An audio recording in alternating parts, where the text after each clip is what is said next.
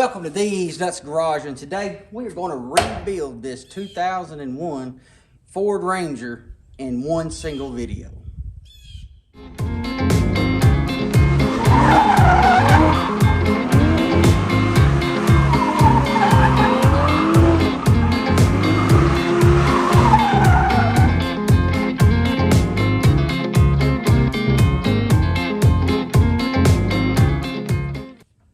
Alrighty, so we are not going to be fixing this 2001 Ford Ranger in this video, nor in any other video. I actually got this truck and it had a few more parts on it. It had a hood, fenders, doors, and I just found somebody on Facebook Marketplace that wanted them, and I just gave them away. Because I don't want to be messing with this truck for very long. It's supposed to be a short, real quick project that I'm trying to do for my wife.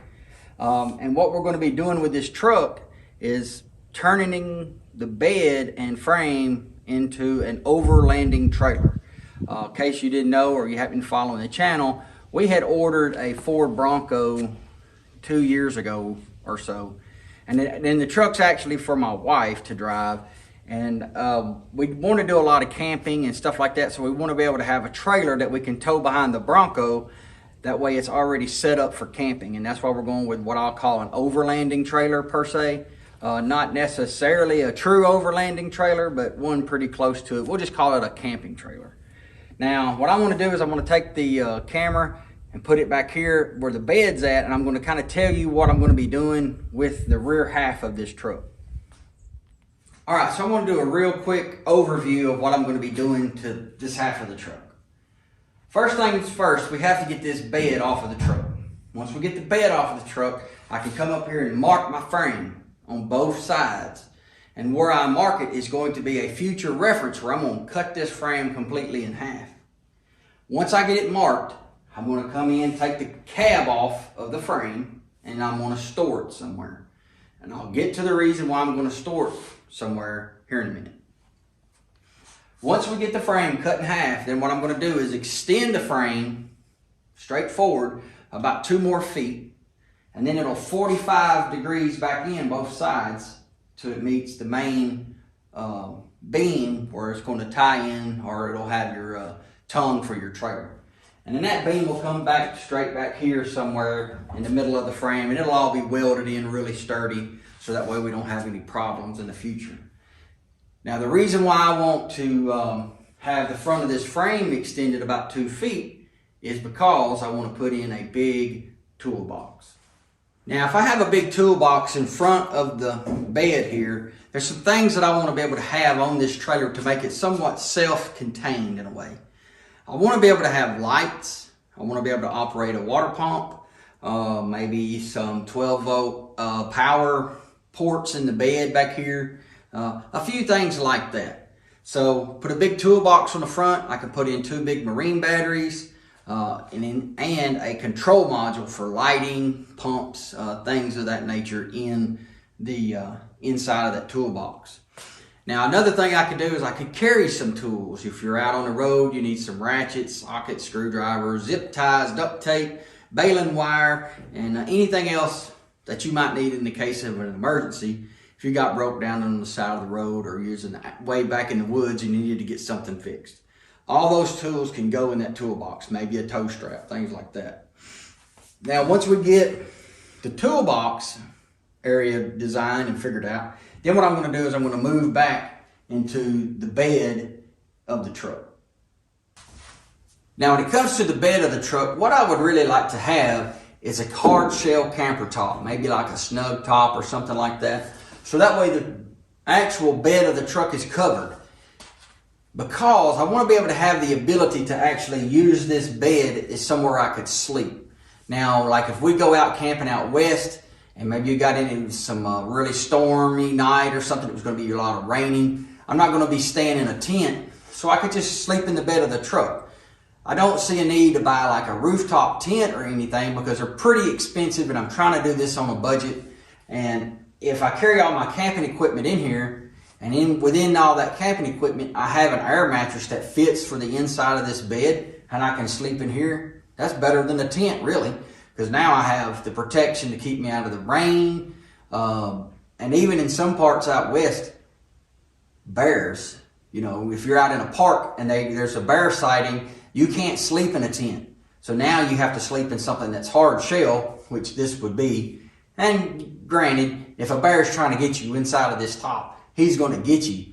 But even if you're in a camper and he wants you, he can probably get inside that camper pretty easy. So once we have our control panel for our lights in that toolbox, what I'm going to do is somewhere probably inside of this bed, maybe right here, so that way you can open up the top and you can reach in. There's going to be a control module, a pad, and that's going to control all my interior lights of the camper shell. Put me some, like I said, 12 volt ports in here for if I want to charge my phone, or you know, I have somewhere to plug all that in.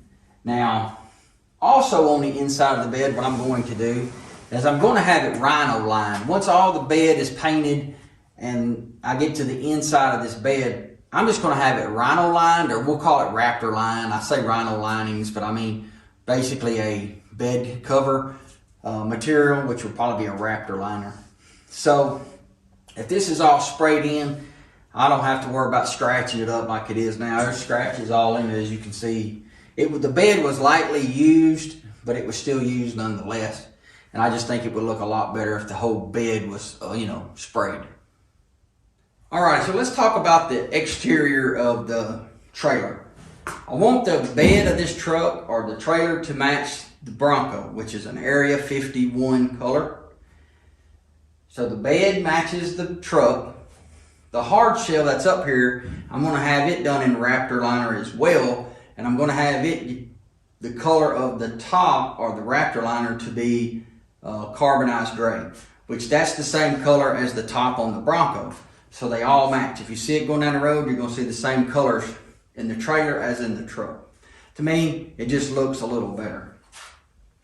Then I want to have a rack, like I said, put on top of the camper shell back here. So that way we can put our kayaks up here and keep them just off of the Bronco as much as possible. Because when I get back home, I want to just be able to park this trailer and not have to remove anything off of it.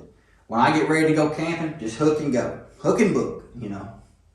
Then the other thing is about the outside of the trailer is on the back here. The rear bumper, I'll paint it black to match the black bumpers on the Bronco. But I'm also going to put a receiver hitch on the back of this little trailer. And that's not so I can tow my boat behind it. That's because I want to be able to put a bike rack back there. So I can have my kayaks up top, bikes in the back or on the back of the trailer, and all of our camping gear, cooler, tents, all that stuff on the inside. Now, with that being said, let's talk about what the lighting on the trailer and maybe the freshwater tank that I want to add to this trailer. All right, let's talk about lighting. Now, we've already discussed me having 2 marine cycle batteries in the toolbox up front. There being a control panel back here to control the interior lights inside of the camper shell. But I also want to have lights on the outside of this trailer. Now, if any of y'all are familiar with like your K-pod or your pod lighting, your light bars and all that stuff, you can buy little control boxes that have all the different little switches for you to operate all your different kinds of lights. I think on here I'm not going to need any more than maybe 8 or 10 switches for different types of lighting and whatnot. Maybe a pump, a water pump. So I'm going to get one of those, and that's what will be the little keypad will be back here. But I want to be able to put like a little short light bar on the front of the trailer, on the back of the trailer, and each side of the trailer. And I want each light to be controlled separately. So that way if I want to turn on the front lights, I can. If I want to turn on the back light, I can. Or the side lights, I can. Or if I just want to turn them all on, I can. Just that kind of thing. Because if you are camping out in the woods and you may hear something, I don't know, maybe a bright light might scare a bear away. You could flick it, start flicking your lights. Maybe it would scare the bear off if you were in here sleeping or something of that nature. But if you're also setting up camp at night, you can 360 this bad boy and you can set your camp right up and with plenty of light to do so. Now, when it comes to fresh water, I kind of have a couple of options with this, and kind of tell me how I should do this, because I'm kind of not for sure. This truck has probably a 13, 15 gallon fuel tank on it, and it goes in right here. There's a little door. You see? Just like that. Okay. My thought is, if this tank is a black fuel tank, and I can order a brand new tank for this truck, all new components, that I could put in a little exact same tank back in the truck with a freshwater spout or spigot like you would find on an RV inside of this door. And then all I would have to do is pull it out, connect them to the garden hose, I could fill up my tank. Then, in this area here, I could come in with a little, same thing for an RV, they make little water, I'll call it a spigot for lack of a better word, in right here. So I'd be able to fill up my tank here and have my fresh water here, so I could run it to a little garden hose or something. So if we were trying to wash dishes or take a shower, we could have the water here. I know hot water is a different subject, but we could get to that later in another video. But this would just be basically non-drinkable water, just so we could wash dishes, have a little extra water on hand, things like that. Now it would be ideal, and this is where I'm asking you, could you use a brand new plastic fuel tank and fill it full of water and it still be safe enough to drink out of? That's my question. Now if it's not, I could always go get a RV water tank, put underneath the bed somewhere. I could probably actually put one that's almost 4 feet wide underneath this front of this bed, because there's no drive shaft. So I have plenty of open room to play with, and I could probably put even maybe a 25 gallon tank in the front of this trailer, so that way I have, I could carry a lot of water if I needed to. And then if I could use that water to drink with, we could use that for when camping, cooking, cleaning, drinking, watering the dogs, or whatever the case might be. We could actually use that water. So comment down below, should I do a RV tank all the way across the front, or do I go with a factory style fuel tank, new of course, and use that to store my water? That's the question. Now, another thing is, we're going to get into tires and a spare tire. Alrighty, let's talk about tires and spare tires. Now when this Bronco comes in, it's not going to have the Sasquatch package on it. So even when we had the Sasquatch package on it, my wife still wanted to get a set of Outlaw tires. I think Mickey Thompson sells a set of rims, not tires, but rims. It's got the little holes in them that are aluminum. She wants a set of those. So what we're going to do is we'll order a new set of rims and tires for the Bronco when it comes in. And I thought what would be kind of nice is if we order 2 more tires and rims for this truck. Or not the truck, but the trailer. So that way the rims and tires of the Bronco match the rims and tires of the trailer. So it all kind of flows and looks, really nice. Now that will require that we get some kind of spacer and put on this rear of this axle back here to convert it from a 5-lug to the 6-lug pattern that the Bronco is. But with that being said, now you have 6 tires that are all match. The rim, the lug nuts, the bolt pattern, they all match each other. And then there will be a spare tire on the back of the Bronco. So if you're going down the road and you have a flat on the trailer, I can actually take that spare tire off the Bronco and mount it to the trailer to keep going down the road. Now, when it comes to this frame of this truck, it also has an area to carry a spare tire. Now, I don't know whether do I want to carry a spare tire underneath here. One of the ones that I have temporarily put on here while we paint it and stuff, do I just take that and mount it underneath the bed of this truck so I have another spare just in case?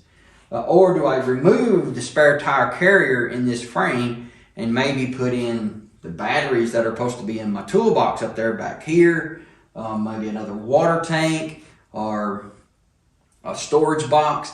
I don't know. What do you think I should do with this area back here? I mean, there's going to be a lot of room underneath this bed. I might as well utilize it.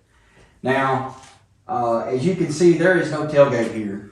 But I have a tailgate. It's sitting over in the corner, and I had to take it off because it was sitting out here on the truck in my driveway, and I didn't want somebody just to come up and five-finger discount my tailgate. So I took it off and set it over there in the corner.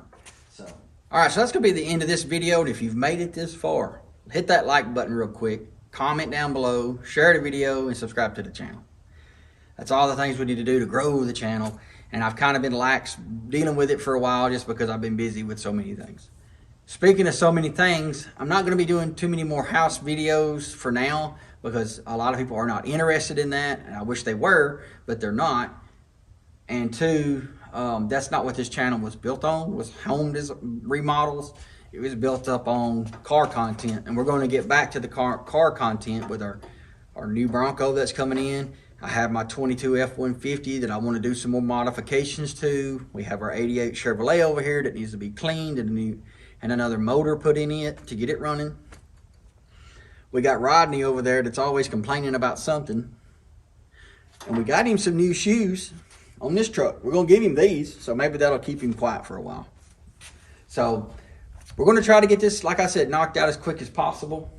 So that way we can move on to these other projects. So that's going to be it. I hope y'all have a blessed day. May God bless you. And I'll see you in the next video.